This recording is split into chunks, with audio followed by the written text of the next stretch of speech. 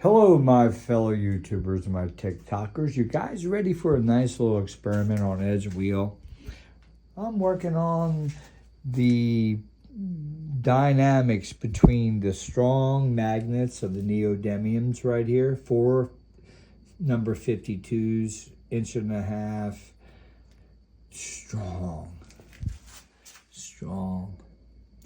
So I'm going to go ahead and slide over the Bandini setup on the top here. And I want to show you that I have a speed control for the wheel based on Ed's handle with the magnets in place with a monopolar earth magnet here. This is a rock with iron in there, and it's sticks to everything, and you can see that it's very reactive to the machine. Okay, here's Ed's machine coming alive, guys. Hopefully you appreciate this. Leave your freaking comments, man. Come on now, give me some love. I don't even care if they're good or bad. Come on now, look at that. This is a magnet. You see that? All right, let's get back to basics here. All right. So this is set up on top of that stream of magnets. And when you get neodymium magnets, if any of you guys ever, yep, that's a son bitch, right?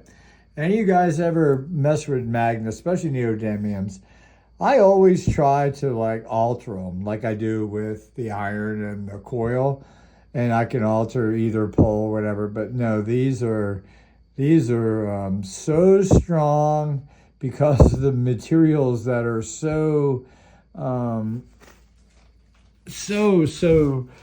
close in the horn of the whole Mendeleev table here, of the periodic table. It's Mendeleev's beautiful portrait that we have, okay? And in the layout of the materials, these materials are boof, boof, boof, boof. They're like, they just so attract each other. And it's a great visual into the tapestry of what you're looking at here in the periodic table. In my version of Ed Leedskalnin's wheel before the Army Corps of Engineers of the United States of USA came in there when Ed died, Army Corps of Engineers came in there and stayed there for about 3 weeks, and they took everything out of there and they left bare bones. If you didn't know that, you know that now, okay? They came there and stripped the whole place down. Stripped down. Everything out of there. So when you see Ed with his happy little wheel, you're seeing one of his 10. So would you show your best wheel when everybody else is going to steal it? And just like Tesla, Ed Leedskalnin did get beat down at his old location. He did apply for a patent, and they say thugs came in there a few days later after the patent office came to his facility. Yes, this is true. Documenty, big time true, from the library over there, records in Homestead, Florida. They beat him down after the civil servants of the patent department came there and they wanted to take his machine. He said no. They said, sir, after what you showed us, you will be getting a patent, but we have to take your machine. He said no. He got beat down barely to his life. They stripped everything. He moved from his location there in Florida City to Homestead, Florida. Interesting things how he did it, though. He got there, and his realtor friend pretty much saved his life from tuberculosis.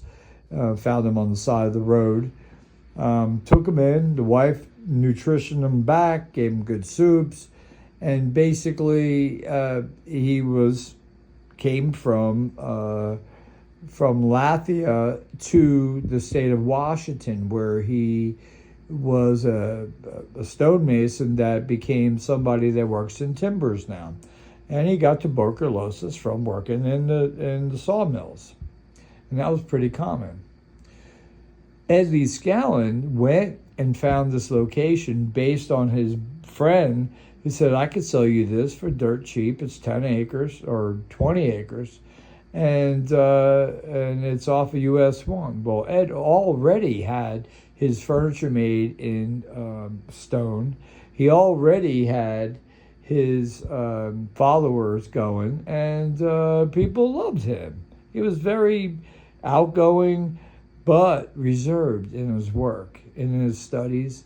And he said he knew what the Egyptians knew. So if you kind of take some of all of his stories, meaning some, they're very mythical, and all of them, so you can put them in place and try to find out what is true or not. But what is recorded in the libraries down in Homestead, Florida, is depositions of people who lived around him who verified of certain things. Bam!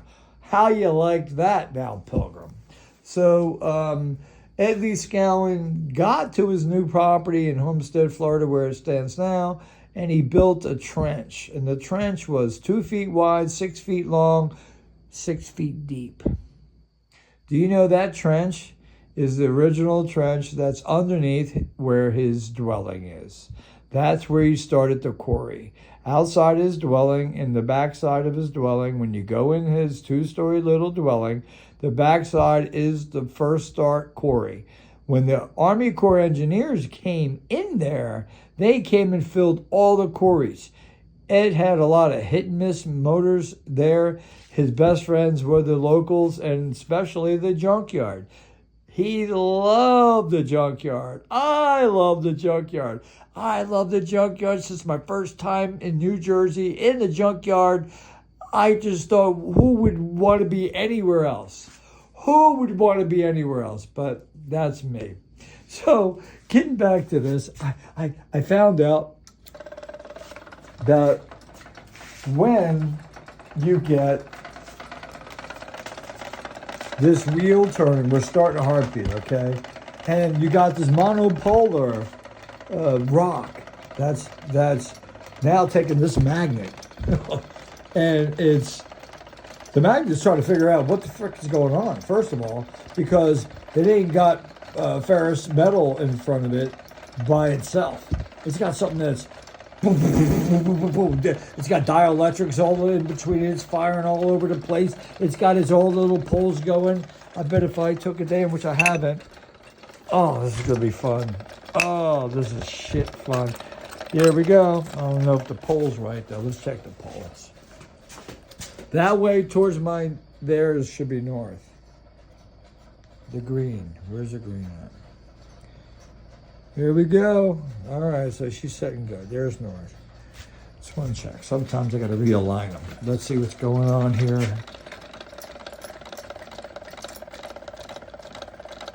So we got wackadoodle on the outside. I'm pretty far. Pretty far. Let's get down to the magnets.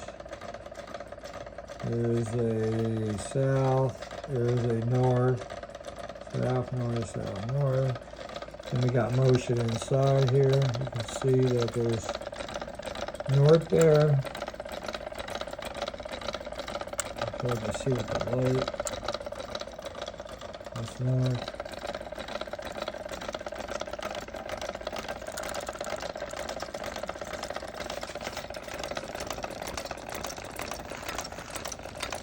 Oh hell, so we're turning north down the pole here, and then over here we're north facing in. I like that, because that means there's a lot of opposing there. We're building pressures up. something I want to show you that's really cool. So we'll take the handle now. Ready? Watch the speed. So the control of the handle is pretty cool. All right, you're next. You're coming next. I'm gonna give you a little aluminum action. But this is interesting when I bring the aluminum in with the magnet. But when I take the wheel and I have this in a position where it's loose, right? Watch this. The wheel's at its slowest mode right now in speed. Watch what I do. So push down just a little bit. The wheel starts picking up crazy speed. Look at that. Watch me let go. See, that slowly goes up. Then it builds up more resistance. Now all the energy inside the molecules are aligned up to a certain position. So now I'm able to take and realign the molecules and all the iron here based on just this little variable. Now watch this. I'm gonna bring this down and look at the wheel. I'm gonna bring it down. Watch this wheel just get super mad speed. Look at it. Now this is where my electrostatics come from the pulley right there, metal pulley. I'll have a polyurethane pulley above it in a plastic dielectric field on both sides. I'll have 2 dielectric plates on either side of that pulley. Look how fast that is going. I'm gonna let it go, ready? Look how slow. And now the wheel goes down. All right, guys, you know, oh, this is fun. This is cool shit. I mean, so to know what's going on inside this thing right now, it's crazy. Because before I never knew how to move everything in here. This is crazy. Yeah, watch the speed pick up. Watch the speed pick up. So we are now found an adjustment to change the molecules. And it ain't just the speed of the wheel that's important. It's the fact that we're moving the main connection. I think that hook on top of Ed's wheel with the chains was this. It was the same thing. Because right now I'm letting my finger come up real slow. And you can see I have control of the wheel. But you understand, it ain't about the speed. It's about the induction that's between the north magnets and the north part of this that's in my finger right here, this handle right here. It's dealing in a different magnitude, and it's changing the molecules in the molecular structures to be in a position. And that's what I'm trying to accomplish here by using the Bedini. The Bedini magnets are allowing me to give this thing a heartbeat inside of itself. So I just want you to understand, this is freaking way cool.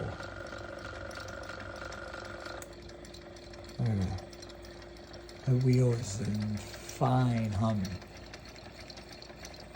And the electrons flowing from there and there, coming up when we get the air cores inside, the coils inside these, that rubber band that's going to be turning that iron down bottom there is going to be getting crazy amount of electrons. This monopolar rock in a crystalline structure is the actual crystal that I need for this mechanism that I'm building. And think about that. Think about what I just said. It is a crystal. It's rock. And a crystal, it's iron in a crystal structure. Now watch when I let go here. You guys see the speed? I can hook up we'll find out how fast it's going and we'll be able to adjust, but I'm gonna let it go and you can see, watch it.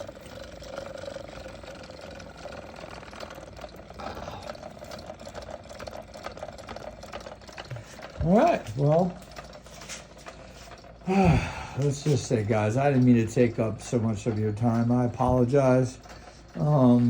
Hopefully something here means something. And remember, life is pain. Make it pleasurable. Try to enjoy life. Much love.